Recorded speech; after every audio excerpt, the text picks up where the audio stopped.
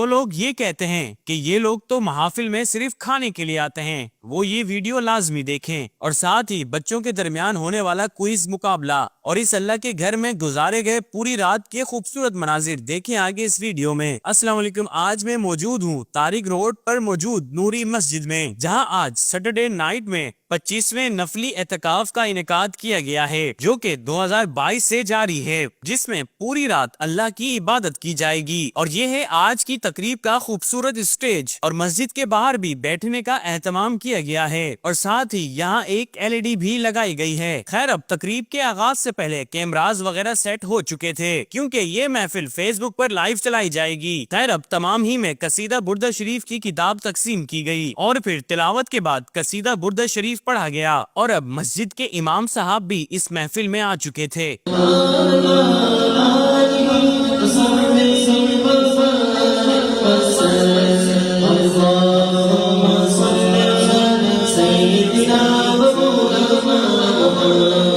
اور زیادہ تر نوجوان طبقہ اس محفل میں موجود تھا، اور یہ نفلی اعتکاف مہد المشکات کی جانب سے مختلف مساجد میں رکھا جاتا ہے، تاکہ لوگ سیٹرڈے نائٹ فضول خرافات میں گزارنے کے بجائے اللہ کے گھر میں گزاریں۔ اور اب دوسری جانب کھانا گرم ہو چکا تھا، تو پھر قصیدہ بردہ شریف کے بعد تمام احباب کھانا کھانے باہر کی جانب تشریف لے گئے، جہاں سب کو مزیدار سا لنگر پیش کیا گیا۔ ویسے لنگر بہت ہی ٹیسٹی تھا، اور اب علامہ احمد رضا امجدی صاحب اور علامہ نذیر احمد صاحب بھی محفل میں تشریف لا چکے تھے، اور ساتھ ہی اب تمام احباب کھانا کھا کر دوبارہ سے محفل کا حصہ بن چکے تھے، جس کے بعد علامہ احمد رضا امجدی صاحب کو خطاب کی دعوت دی گئی، اور آپ نے رمضان کی تیاری کیسے کریں اس موضوع پر شاندار گفتگو فرمائی۔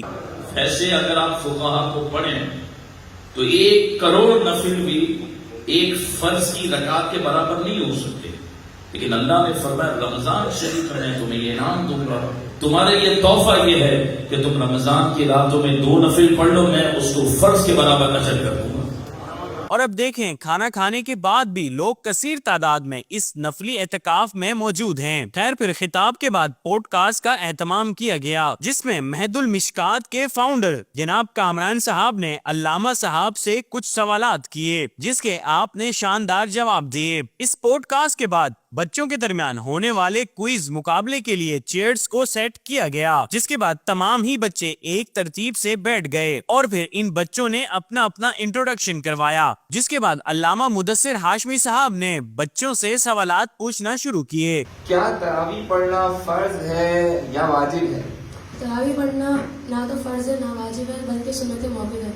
سنت موقدہ ہے۔ جواب درست ہو گیا، سبحان اللہ۔ اس کے بعد تمام بچوں میں کیش پرائز اور ایک بک انعام کے طور پر تقسیم کی گئی، اور اب رات کے 3 بج چکے تھے۔ اس کے بعد تمام احباب کو وقفہ آرام دیا گیا۔ خیر، اب تمام احباب بھی سونے کے لیے لیٹ گئے، اور میں بھی سونے کے لیے لیٹ گیا، اور پھر پورے پونے 2 گھنٹے بعد محمد کامران صاحب نے سب کو تہجد کے لیے اٹھانا شروع کیا، جس کے بعد سب نے اٹھ کر وضو کیا اور مسجد میں آ گئے، اور رات کے اس پہر سوچیں اللہ ان سے کتنا راضی ہو رہا ہوگا کہ میرے بندے میرے لیے ایک رات میرے گھر میں گزار رہے ہیں۔ اس کے بعد سب احباب نے درود شریف پڑھا، اور پھر محفل درود کے بعد علامہ احمد رضا امجدی صاحب نے تہجد کی جماعت کروائی۔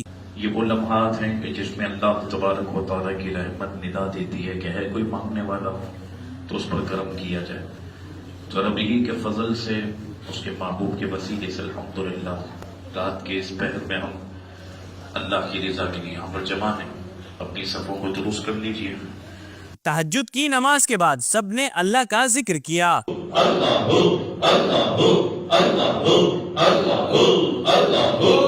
ذکر کے بعد نعت شریف پڑھی گئی۔